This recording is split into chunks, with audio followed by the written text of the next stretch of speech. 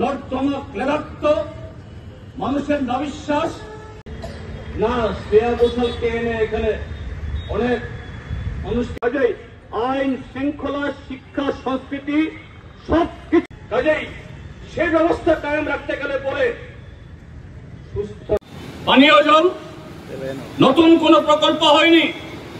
বামপন্থী ফ্রন্ট সরকার কতগুলি প্রকল্প শুরু করে দিয়ে গেছেন, সেগুলো 7.5 বছরেও চালু করতে পারেনি, কিন্তু হাজার হাজার কোটি টাকা স্মার্ট সিটির নামে, জল জীবন মিশনের নামে, আরবান ডেভেলপমেন্ট নামে খরচ হচ্ছে।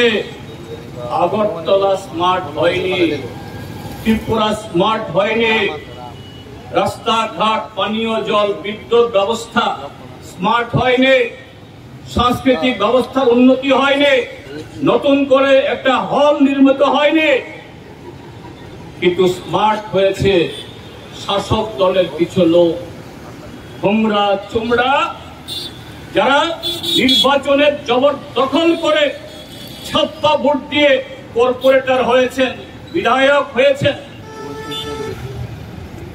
তাদের কয়েকজন, আর তাদেরকে বৃত্ত করে যারা মন্ডলের নেতা হয়েছেন, পৃষ্ঠা প্রমুখ হয়েছেন, অল্প কয়েকজন। তাদের বাড়িঘর স্মার্ট হয়েছে, তাদের চেহারা স্মার্ট হয়েছে, তাদের অর্থ সম্পত্তি স্মার্ট হয়েছে। আর গোটা ত্রিপুরাজ্যের সাথে এই আগরতলা এখন নাগরিক পরিষেবা লাটে উঠে।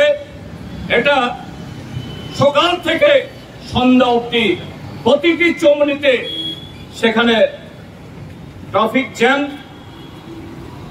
পথচারীদের জন্য হাঁটার রাস্তা নেই, বাজারগুলো নর্দমা ক্লেদাক্ত, মানুষের নাবিশ্বাস। এই আগরতলা শহরের প্রতিদিন কয়েক লক্ষ মানুষ সারা ত্রিপুরাজ্য থেকে আসেন।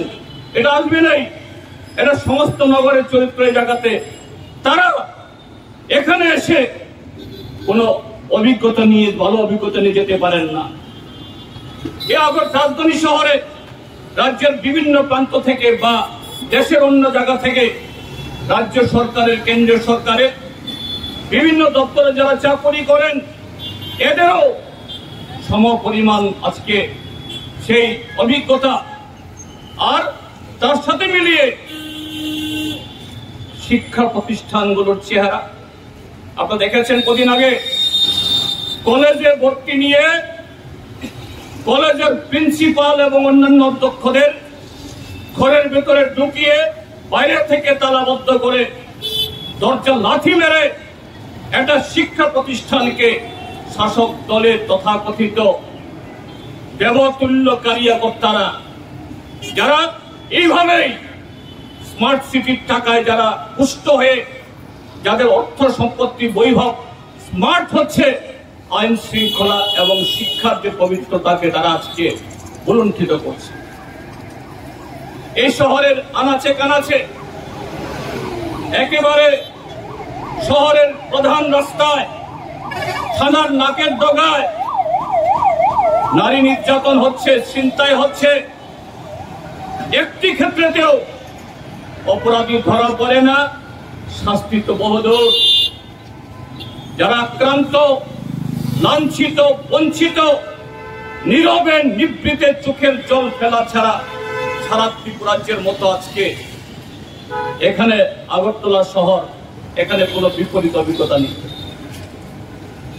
নগর মানে, নগর শুধু রাজনৈতিক রাজধানী না, পৃথিবীর যে কোনো সভ্যতায়, যে কোনো দেশে, যে কোনো প্রান্তে রাজধানী মানে হলো রাজনৈতিক কেন্দ্র, অর্থনৈতিক কেন্দ্র, সামাজিক কেন্দ্র, শিক্ষার কেন্দ্র, সংস্কৃতির কেন্দ্র।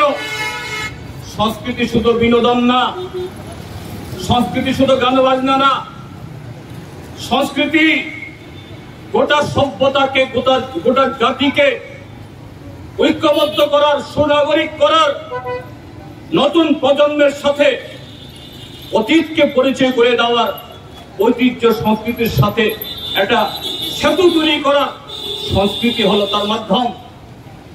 এই ত্রিপুরাজ্যে বামপন্থী ফ্রন্ট সরকার যখন ছিল, রবীন্দ্র, নজরুল, সুকান্ত,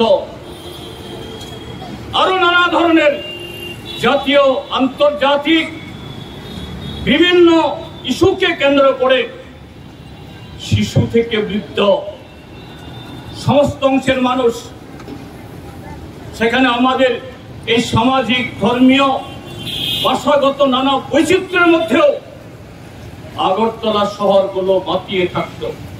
খারাপ ত্রিপুরাজ্যের সাথে রবীন্দ্র ভবন,